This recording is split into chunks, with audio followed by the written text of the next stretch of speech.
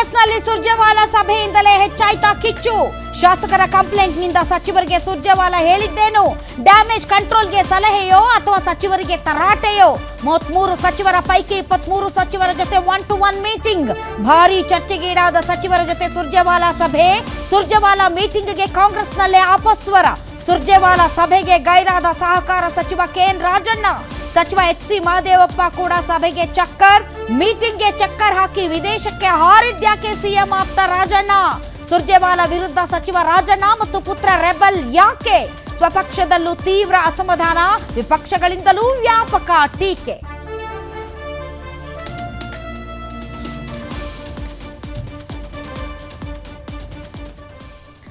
ಸಹಕಾರ ಸಚಿವರಾದಂತಹ ರಾಜಣ್ಣನವರು ಅಸಹಕಾರವನ್ನ ತೋರಿದ್ದಾರೆ ಸುರ್ಜೇವಾಲಾ ಅವರ ಮೀಟಿಂಗ್ಗೆ. ಮೊದಲಿಂದಲೂ ಕೂಡ ರಾಜಣ್ಣ ಅವರಿಗೆ ಇಷ್ಟ ಇಲ್ಲ ಇವರು ಬಂದು ಮಾತಾಡೋದು.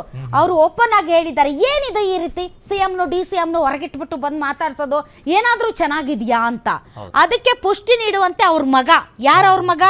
ರಾಜೇಂದ್ರ ಅವರು, Rajendra MLC. So MLC Rajendra ಅವರು ಇವತ್ತೊಂದು ಸ್ಟೇಟ್ಮೆಂಟ್ ಕೊಟ್ಟಿದ್ದಾರೆ. ಸಭೆಯಲ್ಲಿ ಭಾಗವಹಿಸಬೇಕು ಅಂತಾನೆ ಏನೋ ವಿದೇಶಕ್ಕೆ ಹಾರಿದ್ದಾರೆ ಕೆಎನ್ ರಾಜಣ್ಣನವರು. ಅದು ಸುರ್ಜೇವಾಲಾ ಅಂತವ್ರು ಅಂದ್ರೆ ಟಿಕೆಟ್ ಬೇಕಂದ್ರು, MLC ಆಗ್ಬೇಕಂದ್ರೂ, ಮಿನಿಸ್ಟರ್ ಆಗ್ಬೇಕಂದ್ರೂ, ಮತ್ತು ನಾಳೆ ಮುಖ್ಯಮಂತ್ರಿ ಯಾರಾಗಬೇಕು ಅನ್ನೋ ವಿಚಾರದಲ್ಲಿ ಶಾಸಕರ ಅಭಿಪ್ರಾಯಕ್ಕೂ ಇವೆಲ್ಲದಕ್ಕೂ ಕನ್ಸಲ್ಟ್ ಮಾಡಬಹುದಾದಂತಹ ಸುರ್ಜೇವಾಲಾ ಅವರ ಮೀಟಿಂಗ್ಗೆ ರಾಜಣ್ಣ ಗೈರಾಗ್ತಾರೆ ಅಂತಂದರೆ ಏನ್ ಮೆಸೇಜು? ಈಗ ಅಸಮಾಧಾನ ಬೆಂಕಿ ಕಡಿಮೆ ಮಾಡಕ್ ಬಂದವ್ರ ಮೇಲೆ ಬೆಂಕಿ ಹೆಚ್ಚಾಗಿದೆಯಲ್ಲ ಅಂತ. ಇದು ಅಸಮಾಧಾನ ಕಡಿಮೆ ಮಾಡುವ ಪ್ರಯತ್ನವೋ ಅಸಮಾಧಾನ ಎಷ್ಟಿದೆ ಅಂತ ಅಳಿಯೋದಕ್ಕೆ ಬಂದಂತಹ ಪ್ರಹಸನವೋ ಗೊತ್ತಿಲ್ಲ. ರಾಜಣ್ಣ ಯಾರು?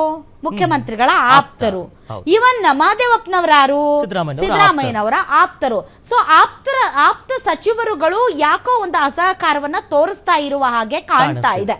ಈ ಮಧ್ಯೆ ರಾಜೇಂದ್ರ ಅವರು ಅಂದ್ರೆ ರಾಜಣ್ಣ ಅವರ ಪುತ್ರ MLC ರಾಜೇಂದ್ರ ಅವರು ಒಂದು ಸ್ಟೇಟ್ಮೆಂಟ್ ಕೊಟ್ಟಿದ್ದಾರೆ. ಆ ಸ್ಟೇಟ್ಮೆಂಟ್ ಅಲ್ಲಿ ಅವರು ಹಿರಿಯ ಶಾಸಕರನ್ನ ಸಚಿವರನ್ನ ಹಿಂಗೆ ಕರೆಸ್ಬಿಟ್ಟು ಒಳ್ಳೆ ಸ್ಕೂಲ್ ಮಕ್ಕಳ ಥರ ನೀನೇನು ಮಾಡಿದೆ, ನಿನ್ಗೇನು ಬೇಕು ಅಂತ ಕೇಳೋದು ಯಾಕೋ ಚೆನ್ನಾಗಿ ಕಾಣ್ತಾ ಇಲ್ಲ. ಅವ್ರೇನು ಅನುದಾನ ಕೊಡಿಸ್ತಾರ ಅಂತ ಈ ಮಾತನ್ನ ನಾನು ಯಾವಾಗ ಹೇಳಿದ್ದೆ? ಫಸ್ಟ್ ಟೈಮ್ ಸುರ್ಜೇವಾಲಾ ಬರ್ತಾರೆ ಅಂದಾಗ್ಲೇ ನಾನು ಹೇಳಿದ್ದೆ ಅವ್ರಿಗೆ ಏನು ಪವರ್ ಇದೆ ಅಂತ. ಅವ್ರು ಬಂದು ಹಿಂಗೆಲ್ಲ ಮಾತಾಡ ಹೋಗ್ತಾರೆ. ಅವ್ರು ಏನಾದ್ರು ಅನುದಾನ ಕೊಡ್ಸೋ ಶಕ್ತಿ ಇದೆಯಾ ಅವ್ರಿಗೆ? ಒಂದ್ ಸ್ಕೂಲ್ ಕೊಡ್ಸೋ ಶಕ್ತಿ ಇದೆಯಾ? ಒಂದ್ ರೋಡ್ ಕೊಡ್ಸೋ ಶಕ್ತಿ ಇದೆಯಾ? ಒಂದ್ ಕೈಗಾರಿಕೆಗಳನ್ನ ತರೋ ಶಕ್ತಿ ಇದೆಯಾ? ಏನ್ ಶಕ್ತಿ ಇದೆ ಅವ್ರಿಗೆ? ಪಕ್ಷದಲ್ಲಿ ಅವರು ಕೊಡಿ ಅಂತ ಒಂದ್ ಸಲಹೆ ಕೊಡಬಹುದು ಅಷ್ಟೇ. ಆದ್ರೆ ಭಾರಿ ಬದಲಾವಣೆ ಅದೇನ್ ತರ್ತಾರೋ ನನಗಂತೂ ಗೊತ್ತಿಲ್ಲ. ಸೊ ಏನ್ ಹೇಳಿದ್ದಾರೆ ರಾಜೇಂದ್ರ, ಬನ್ನಿ ನೋಡೋಣ.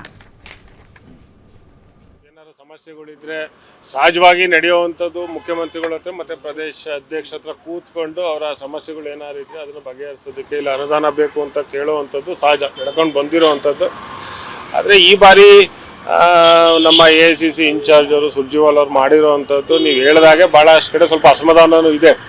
ಶಾಸಕರುಗಳು, ನಾನು ಬೇರೆ ಭಾಳ ಹಿರಿಯ ಶಾಸಕರು ಮತ್ತು ಮಾತಾಡೋವಂಥ ಸಂದರ್ಭದಲ್ಲಿ ಅನುದಾನ ಕೇಳಿದ್ದೀವಿ ಅಂತ ಹೇಳ್ತಾರೆ. ಈಗ ಅನುದಾನ ಸುರ್ಜೇವಾಲಾ ಅವ್ರು ಕೊಡ್ತಾರ ಅನ್ನೋದೇ ಈಗ ಎಲ್ಲರಿಗೂ ಇದಿರೋವಂಥದ್ದು. ಸೊ ಅದರಿಂದ ಅದೇನಾಗಿದೆ, ಈಗ ಮುಖ್ಯಮಂತ್ರಿಗಳು ಈಗ ಎಲ್ಲ ಇವ್ರು ಮುಗಿಯುತ್ತೆ ಇವತ್ತು, ಏನೋ ಸಚಿವರ ಜೊತೆ ಸಭೆಗಳು ಮುಗಿದ್ಮೇಲೆ ತದನಂತರ ಇದು ಯಾವ ರೀತಿ ತಿರುಗುತ್ತೆ ಅನ್ನೋದನ್ನ ನೋಡಬೇಕು.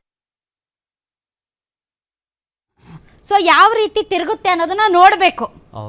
ಈಗ ಸಚಿವರ ಜೊತೆ ಮಾತುಕತೆ ಆದ್ಮೇಲೆ ಇದು ಯಾವ ರೀತಿ ತಿರುಗುತ್ತೆ ಅನ್ನೋದನ್ನ ನೋಡಬೇಕು ಅಂತ ರಾಜೇಂದ್ರ ಅವರು ಹೇಳಿದ್ದಾರೆ. ಇನ್ನುಳಿದಂತೆ ಸಚಿವರುಗಳು ಏನು 1-to-1 ಮೀಟಿಂಗ್ ಮಾಡಿದ್ದಾರೆ, ಅದರಲ್ಲಿ ಬಹಳಷ್ಟು ಜನ ಮಾತಾಡಿದ್ದಾರೆ. ಈಗಾಗಲೇ 33 ಸಚಿವರ ಪೈಕಿ 23 ಸಚಿವರ ಜೊತೆ ಮಾತಾಡಿದ್ದಾರಂತೆ.